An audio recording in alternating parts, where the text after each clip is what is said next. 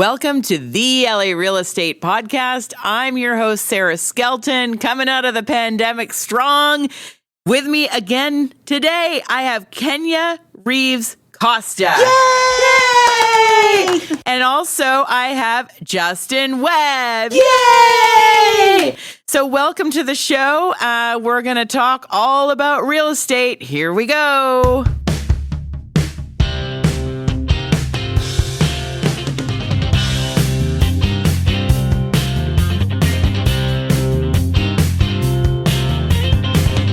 Kenya, Justin, happy to have you here again. Happy to be here. Welcome to the show. So, the market is crazy. We've talked about the multiple offer situation, yada, yada, yada. So tell me right now, let's talk a little about what people are looking for in a house, because I'm curious how that shifted through the pandemic. So what are your buyers asking you for right now? Oh, you know what they want? They want room. They want ADUs. They want large yards. And my new favorite thing has been a pool. Oh, the pools. ADU, by the way, additional dwelling unit, accessory dwelling unit. Accessory dwelling unit. So that's like a little guest house in the back. Mm-hmm. A pool. Actually, that's actually a really good topic we have not covered. Yes. Let's talk about pools. Let's talk about pools. So what do you think? How much value does a pool add to a house? You know, it's so funny. I've personally been trying to figure this out because I'm putting one in. And that's why I'm taking swimming lessons. Oh my gosh. Okay. Now we have to talk about this. Kenya posted the other day on her social media that she is taking adult swimming lessons, and I would be doing our listeners a disservice to not delve into that a little bit more. Yeah. So I am 43. I cannot swim. It is a hair thing. Putting my head under the water has never really been my jam. And my daughter has been swimming, and I realized at a swim party recently that if something happened, I could not save her. And also, I want to put a pool in my backyard. So you are literally like no swimming at all? No swimming, no floating. Really? Oh, no. I'm swimsuit cute by the pool. I'm the kind of girl that wears heels. Wow. Yeah, I do not do water. And so I signed up for adult beginner. She really is made of sugar. Oh, girl. I decided that I was going to learn to swim. And so I show up. There's a windstorm. It's freezing. I did not realize that Rose Bowl was outside. Oh, yeah. That was crazy. What was I thinking? It's winter. Yeah. I mean, it is winter in LA. And the swim instructor's like, hop in. And I'm like, that's like a trigger for me, like just hop in water. Oh my gosh. But I graduated to the kickboard. Yay. And I discovered that swim caps don't work. That was what my post was about. No. In my mind, I was going to put this thing on. And then when I got out of the pool, I was going to take it off, shake out my hair, and keep on keeping on. So glad it's a 6:30 class because I looked like a drowned dog. I doubt that. It was rough. Oh my gosh. Yeah, and then I had to, it was really funny. I didn't think about certain things. Like when I got there, I was like, oh, I guess I need to take these lashes off. There's a lot of glitz and glam that goes into real estate that people might not know about. There's a lot of glitz and glam that people don't realize. Part of selling a house is having good eyelashes. Yes, okay? it is. They take me far. Oh my gosh. But but that was funny. But pools. Yeah. So now you're putting in a pool. So tell me a little. First of all, value-wise for a pool, what do you think for a house? Two houses identical, side by side, let's say in Glendale. Yes. House with a pool is worth how much more, do you think? It's interesting because I think it's emotional. I don't think that there is real value. I really don't believe that there's a dollar amount that you can equate to a pool. Right. It's more about the feeling, the landscaping, the escape of the pool. Because I've shown homes with pools, and you know, my least favorite thing is when you have a house and it's like house, pool. Right. It's not house, grass, pool. Yeah. Right. There's no transition. There's no transition. Yeah. And those houses, nobody wants because nobody wants their kids to die because they walked out the backyard and fell into the pool. So a Very pool true. can also be a detriment.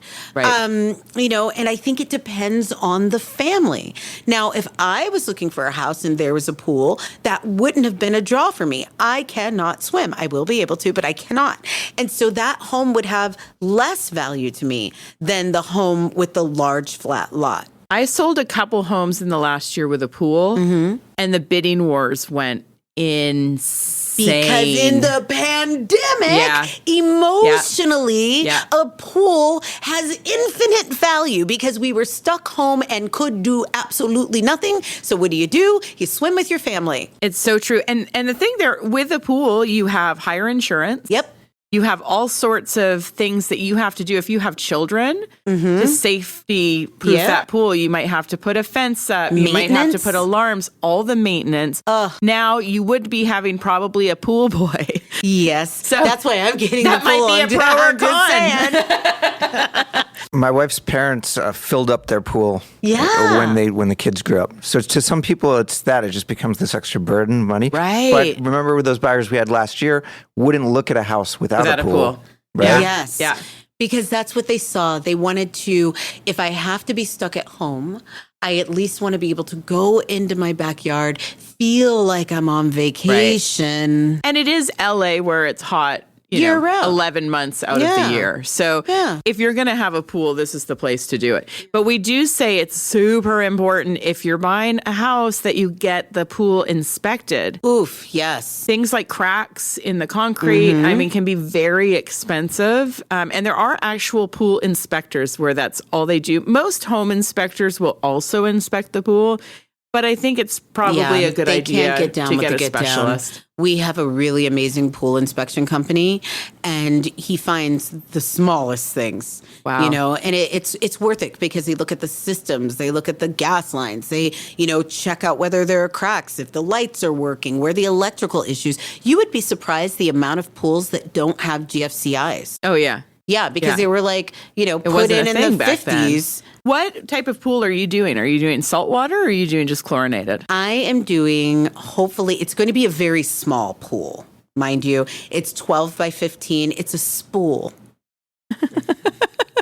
I have not heard that expression before, but I am totally here for it. That's amazing. Let me hip you guys to what a spool is. It's a spa pool. Oh. Yes. So it's like... I thought it was a small pool, which was a spool. A spa pool. It's like if a jacuzzi and a swimming pool were to have a baby. Oh. Is that the one that they just kind of lower in with a crane? It's like comes in a... No, it's going to, hopefully ours, depending on where our landscape architect's budget comes in, it's going to be sort of like a concrete. It has seats the majority of the way around it. And then we're going to have the jets so you can swim against. Big enough for your kids to splash around in. Small enough for you not to worry about, anything crazy, some crazy 9-foot side. It's nothing like that. It's just more like a party pool. That sounds awesome. Yeah. I'm coming to your party pool. Yeah, come drink wine in the party pool. So that's what we're going for. We have a crazy hardscaped backyard that's tiered, so we have enough space to put in a party pool. Okay, so everyone's invited to Kenya's party pool. Come on down to Kenya's party pool. I'll make sure I post your address please. on the podcast Please do. And we'll see you all there. Yes. All right, well, we'll be right back with a buyer's tip. Here's a buyer's tip. Write down anything you see in the house that you're looking at that you would like. So, for example, if you're walking through a house, it's a house that you want to write an offer on, write down the appliances that you want to stay in the house. If there's something else interesting in the house that you'd like, is there a barbecue outside that you think would be great to be included in the offer? The reason for that, when people sell, a lot of the times, the less they have to move, the better. So they might be willing to leave a wine fridge or leave an outdoor refrigerator instead of moving it. And, it doesn't hurt to just write it in the offer and see what they say. All right. So welcome back. Kenya, we've talked about what's happened in the market. We've talked a little about what's going on right now. What? And I know, look, we don't have a crystal ball. We do have a magic 8 ball, but it doesn't say anything about the market when we shake it. Yeah. What are you seeing? What do you think is going to happen in the future with the market? Okay, so everybody all year long, the favorite question is this a bubble? When is it going to pop? And I, of course, give everybody the whole thing about no crystal ball. And I read and I read and I read. And what I keep telling people is that as boots on the ground, it's been feeling like things are easing up. But I also feel like that's seasonal. I mentioned that in the last episode. I feel like at the end of the year, it always does this. Kids went back to school. The moment we start creeping up on what I call like the first holiday of the winter, which is Halloween, it's always sort of slows down a bit.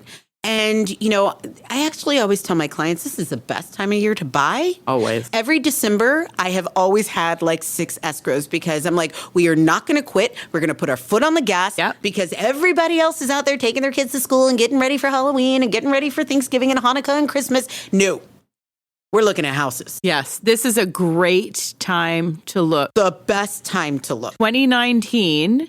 In December, the first week of December, we opened 5 escrows. Yep. And those had all been buyers we'd worked the entire year with. That is 100% correct. So here, I guess ultimately my thoughts on our market are this. There are great rates, right? So rates and home prices kind of cancel each other out in a sense. Exactly. And I'm sure that you've talked about that in the past. Yeah. And yes, at some point, will the rates go up? They have to. The Fed can't keep everything this low forever. That's going to cause a big problem. We can't keep like printing money. And so when the rates go up, maybe the prices might go down, but now you're paying a higher rate anyway. So the payments tend to be a wash even if prices go down. Yes. And I think that a lot of buyer clients are recognizing this. And so they're still out in the market. I just submitted an offer. There were 12 other offers. So it has, I don't even want to say slowed down. It has eased up in the sense that we're not up against 45 other offers. We were talking about that a little bit. Like right now, the offers that we're writing, there may be 3 to 5 offers. Yes. When 6 months ago, there would have been 15 to 20 offers. Yes. So it has eased in that sense. The odds are better. But because of the fact that I think a lot of people are trying to take advantage of these rates right now and kind of get in while the getting is good, I don't see anything popping, bursting, going anywhere. Right. I just actually read an interesting article. A guy said that in 50 years, homes are going to cost $10 million because it's not, we're not going to have a bubble. It's sort of like a paradigm shift. And it was I'll have to send you the article. Send me the article because we could link to it on the podcast. Yeah, it was a really interesting article about, he said that the pricing is basically only going to be, whatever renters are going to pay. It was, I'm sounding crazy now, but I was just like, maybe he's right. Maybe we're not really going, $10 million sounds crazy, but maybe we're not really going to slow down. We have a huge population. We all need a place to live. Well, this is the thing, I think, which protects values in LA the most is inventory really determines price. If there's 200 houses for sale, they're going to sell for less than there are if there's 20. Yeah. We have a lot of buyers. So I think there's 2 things that could dramatically shift the market. One of them, and I hate to even say this out loud, I'm going to knock on wood. You can hear me. Wood. An earthquake. Yes. A major earthquake could bring the market way, way down. That could be a complete, that something like a natural disaster or a huge financial world money market crash. Other than those 2 major things, I think we'll always have a little bit of an ebb and flow. But same thing. I don't see a bubble bursting because the thing about LA is rents are also insane. Insane. So if a mortgage is less than rent and someone has a 30-year fixed mortgage, which almost all of my clients have fixed rates. And yes, you can get an adjustable rate. We've talked about the pros and cons of that before on previous podcasts, but I always tend to lean conservative when it comes to my financials. Me too. So I've always had a fixed mortgage. Even though I have refinanced multiple times, I just love knowing that no matter what, my payment is not going up and I can always rent out my property for more than my mortgage payment. Right. So no matter what, I'll be ahead.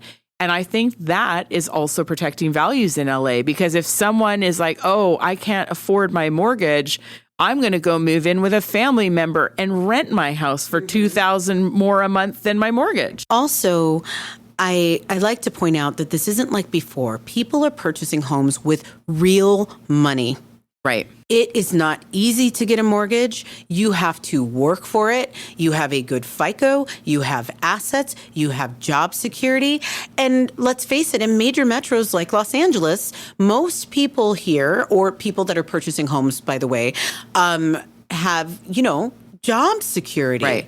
Right. We have insane jobs here that pay insane money. It's very true. And I do think, people are vetted a lot more than they were. I mean, 2008, so this is crazy, but 2008, when we bought our house, I was shocked that we could qualify for a loan. You too? I was a drummer. Yeah. Not making much, doing a little personal assisting, a little bit of nannying. Like, I did not have a lot of money, didn't have a lot of money coming in. Yep. A lot of my money that I was getting was, it was just really inconsistent. So I was shocked. And a couple of years ago, I found a box with all of my original countrywide documentation and thing. And when I looked through the documents, I saw that they'd put my income down as like $150,000 a year. Same happened with me. We bought with bank statements. I was a waitress. I don't know how we got our first house. But I think there was a little bit of like fudging the numbers there. Little zhuzhin. Little zhuzh in the numbers. I heard about loans being issued to people's dogs. Yes. At that time. Yeah. Yes. So this is definitely not that. Not that at all. Yeah, this is definitely not that. Nobody's dogs are getting a loan For $1 million. that we know of. Or waitresses that can work part-time aren't getting loans. So, it is real money. People are putting a lot down. So even when you think about it, we do have a crest. For instance, I put 20% down on my property. Equity has gone up like 20% in the last year.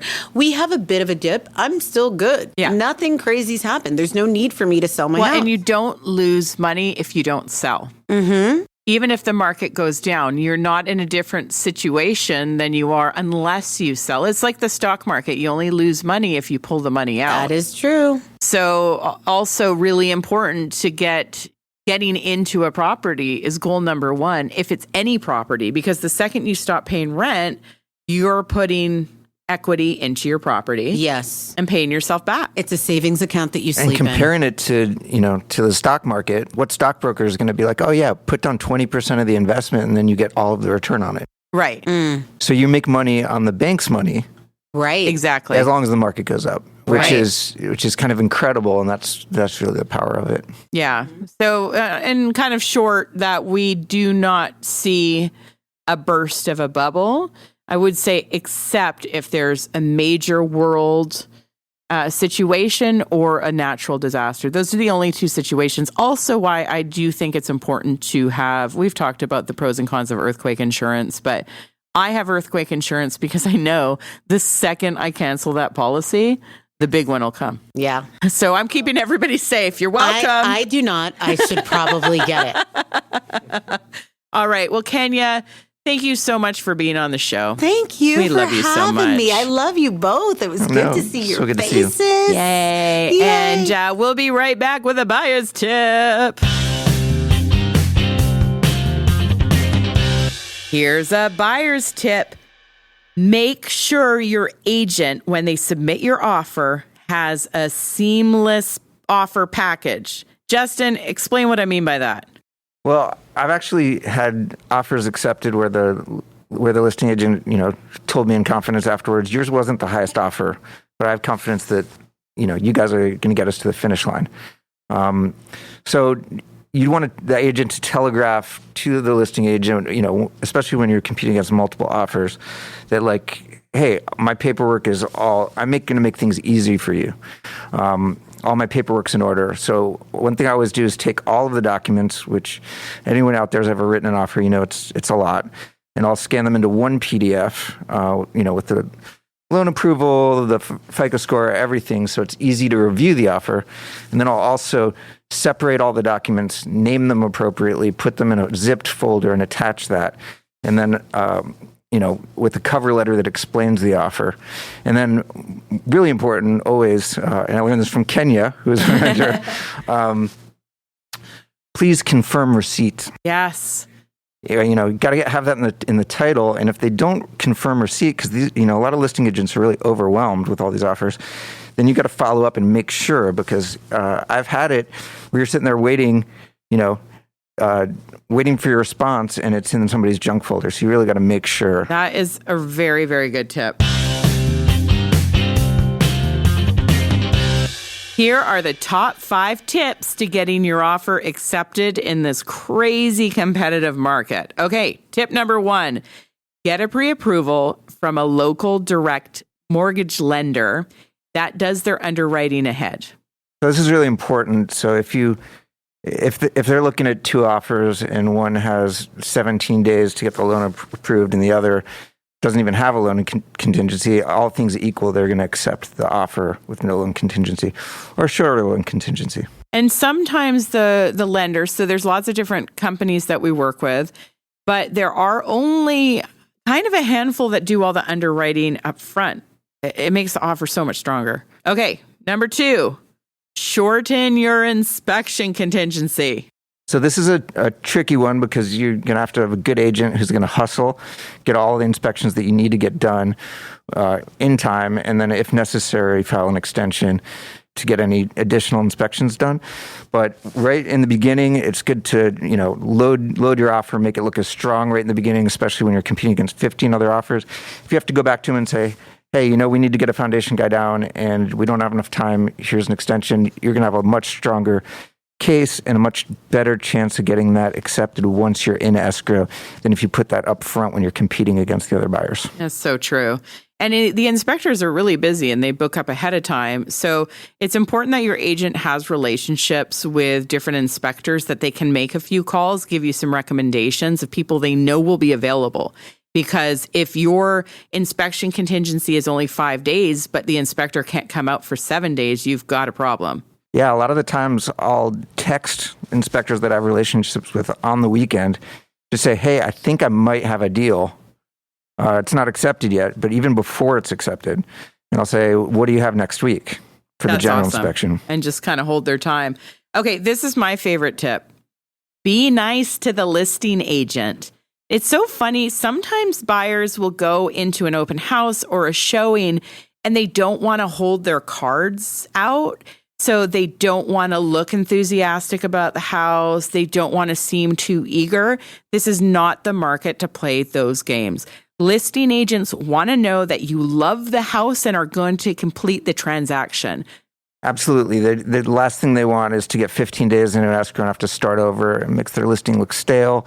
It's going to ultimately make it more likely that their seller is going to make less money and they're going to make less money. It's so true. And if the listing agent is there, they'll give the feedback to the seller. So if I'm repping a seller and I have 5 people that have come in, they all say they're writing offers, and 2 of them were like, you know what, I like the house, but I don't love it. And I don't know, I guess we would change this. And then I have another couple buyers that come in and say, I love it. Everything about it is perfect. This is the house I've dreamed of. I want this house. I want it. I will pass that feedback on to the seller because I'd much rather to be in escrow with someone that loves the house. So that's a really important tip. It does not serve you to not be super friendly and super enthusiastic to the listing agent. All right, this is the last one, number 5, and it's really, really, really important. Make sure you have a good agent. There are a lot of good agents in Northeast LA. Very easy to vet people, look at the reviews, ask friends who they've used. We're always happy to help you with this at the Skelton Group here. You can call Justin or I. We have an amazing team. We love to help people buy or sell. So if you do not have an agent, please reach out to us. If there's an area that you're looking at that we don't service, we can also refer you to an amazing agent as well. We have a great team all across the country, actually in Canada and the United States, all over. So if you're looking anywhere to buy or sell a house, contact us and we'll set you up with a great agent. But that's a really important tip. Work with someone that has experience, that has connections, that knows the lending process. Obviously, we all have to start as new agents at some point. So a new agent is not a bad agent as long as they have the resources, maybe a great mentor, maybe someone that can help them along the journey. But it's a complicated transaction. You really, really do want someone there to protect you and have, be watching over your shoulder and making sure everything's done correctly and getting you the best buy. And I would just add to that a great agent doesn't necessarily mean they sold the most houses last year. Very true. So a great agent is somebody that did a great job for each of the customers that they sold a house to last year, or every year. So when you look out there and say, oh, this person sold 100 houses last year, they're the great agent. Well, they're a great marketer. They're great at running their business and making money for themselves. But what were the outcomes of all those transactions? And how do those people feel 5 years later, 10 years later when are they learning things? So check out the reviews, not just the sales numbers. Very, very, very good point.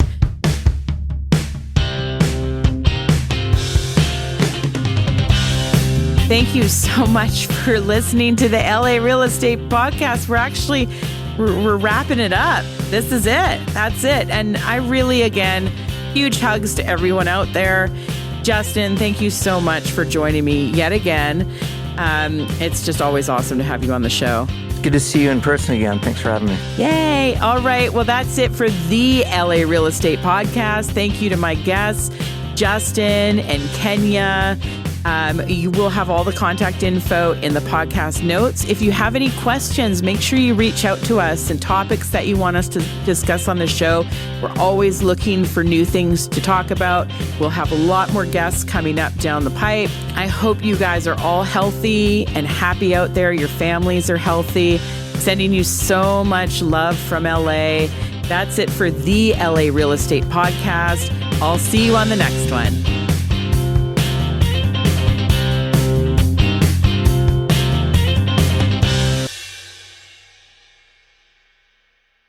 Where's the wine? Yeah, where's the Kenya will wine? be here in 3 hours, but that's so. When is your podcast over? Good. I'll show up 2 minutes before it's over.